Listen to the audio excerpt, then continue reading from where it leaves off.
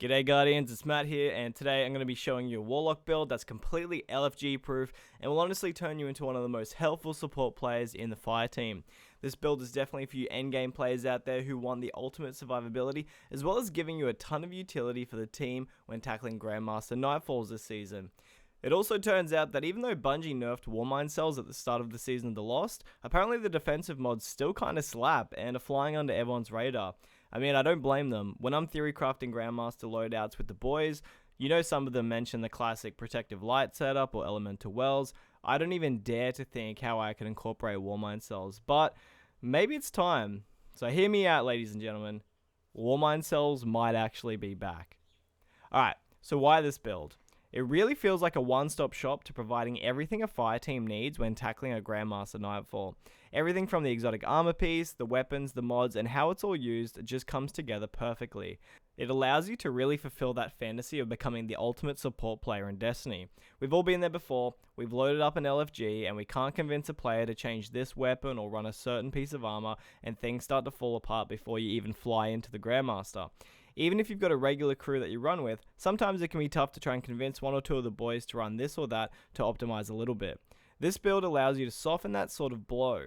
You're bringing everything into a Grandmaster that your fire team will ever need, and if you manage to really rock up to a GM with some serious blueberries, it'll give you the potential to get that clear even if you have to Sherpa pretty hard.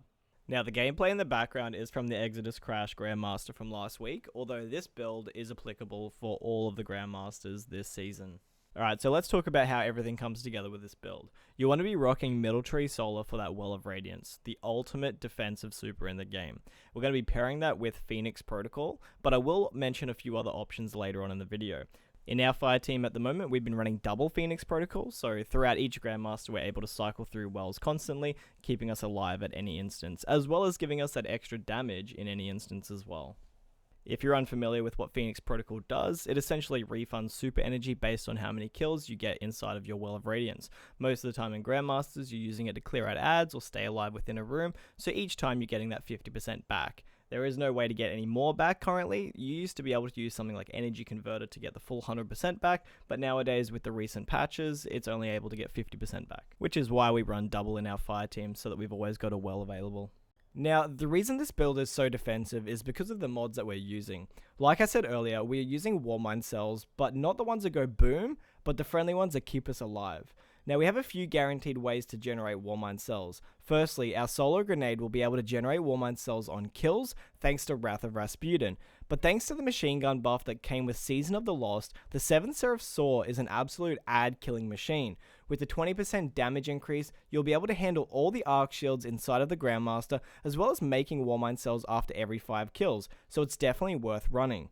On my helmet, you'll notice I'm rocking Warmind's Longevity to keep the Warmind Cells lasting a little bit longer in the field. We aren't destroying them. Like I said, this isn't a big Warmind Cell boom, nuke the whole world build. We're playing defensive, so you want the Warmind Cells up as long as possible for the benefits that they provide from the other mods. As a great passive, I'm also rocking Dynamo on my helmet to assist with more super regen when I drop a rift. We're doing that all the time in Grandmasters, so it's a no-brainer. On my arms, I've got Power of Rasputin, which gives us bonus weapon damage to enemies near our Warmind Cells. This is great when we start mowing down ads with our 7th Seraph Saw because it'll use less ammo to kill the enemies. I'm also using Bolstering Detonation on my arms as well to refund our Healing Rift energy back when we use our grenade on enemies. On my chest piece, I have a Global Reach mod, which is now a 3 cost. I do miss the days when it was only 1 cost, but I guess that's the price we pay to balance the game a little bit. On my legs, I have my favorite mod on the entire build. I didn't even think I could love anything more than Particle Deconstruction or Breach and Clear from last season, but I do. Warmind's protection is unbelievably good. My god, it is so good. It allows you to take reduced damage against enemies that are standing near your Warmind Cells. The main reason I love this is because it also reduces how much flinch you take from enemies. Protective Light is good and all, but after you start perfecting a Grandmaster, you'll begin to never use it. You'll know where the enemy dense parts are and how to avoid dying. But with Warmind's protection, it honestly lets you tank a lot of damage. It helps speed things up too. You can openly contest enemies who are near your Warmind Cells, and you can just take your time because you know that their shots are going to be doing hardly anything to you. They'll also be dying a lot quicker too, thanks to Power of Rasputin. So when you see a Warmind Cell generate in front of a pack of ads, you don't need to be worried. Head out there and just openly contest them. It's fantastic. It's a very practical loadout since all the Grandmasters this season have big ad density too. I'm also rocking a better already mod on my legs, which works wonders in the background with how many orbs that we're generating from double Phoenix Protocol wells, and on my bond, additional to Wrath of Rasputin, I am running double bombers to help keep my grenade up as much as possible, being another reliable way to generate Warmind Cells. So, it might seem that the build is centered around Warmind Cells, and it kind of is, but one thing to note is that the power of Rasputin and Warmind's protection are only effective to the people that have those mods on. You'll often find in LFG, people are reluctant to add these mods to their loadout, but if you're running with a familiar fire team, they should hopefully be able to get on board with them, since it benefits them greatly as well. While the Warmind Cells are great, the weapons also play a big part in the utility that we're bringing to the table. You're going to want to run an ignition code with blinding grenades, but also slide shot if possible too. If the fire team is relying on you to blind everything, it means you'll probably need 2 or 3 shots to actually blind an entire area. This isn't effective if you have to reload after each shot, so slide shot is almost a necessity in my opinion. I don't feel like I need to speak to the power of blinding grenade launchers since their dominance over the last few GM seasons speak for himself, but if you take the mantle of support inside the fire team, this frees up a DPS option for your other fire team members as well. The other weapon that I recommend for this build is the trusty Divinity to help us melt champions and bosses. That's right, we're rocking double special ammo.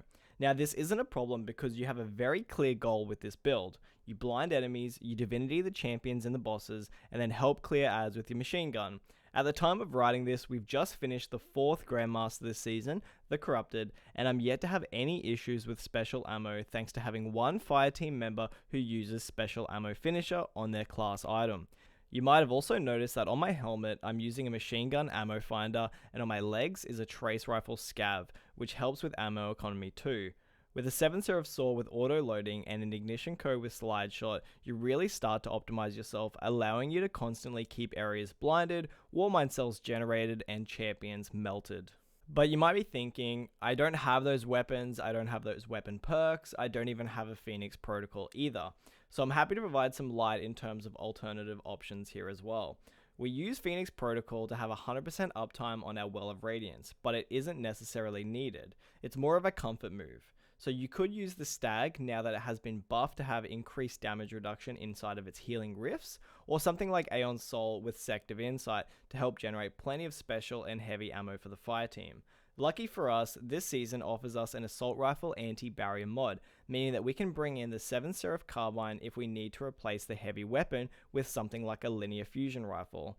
If you grab that beautiful gold roll from Zer last month, it'll mean that you'll still be able to generate those defensive Warmind Cells for the team.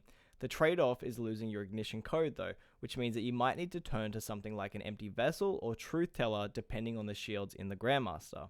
Ultimately, using this alternative will see you lose Divinity in the loadout, which might be absolutely fine depending on the Grandmaster as well.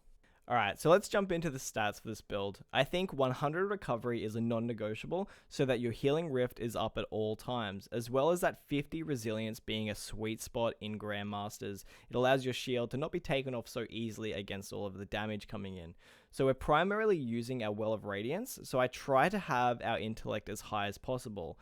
There are some diminishing returns after 80, but having it a few seconds earlier could be the difference between wiping or not inside of a Grandmaster. So, let's recap, ladies and gentlemen, on how this build goes. This build will give you everything that you need to tackle in GMs for Season of the Lost. You have an insane amount of defense with the Phoenix Protocol Well of Radiance, the Warmind's Protection mod reducing the damage that you take from enemies. You've got your ignition code to keep enemies consistently blinded, Divinity to melt those champions before they can melt you, and the 7 serif saw to cut through those ads no problem. Everything synergizes perfectly. The only thing that you might be missing is your Ghost Prosperity mod. Make sure you got that equipped and you're ready to go. But that concludes our video for today. I'd love to hear if you give this build a go. It's honestly extremely rewarding playing a proper support player in the Grandmaster season at the moment. Let me know how it goes, and as always, take it easy, Guardians.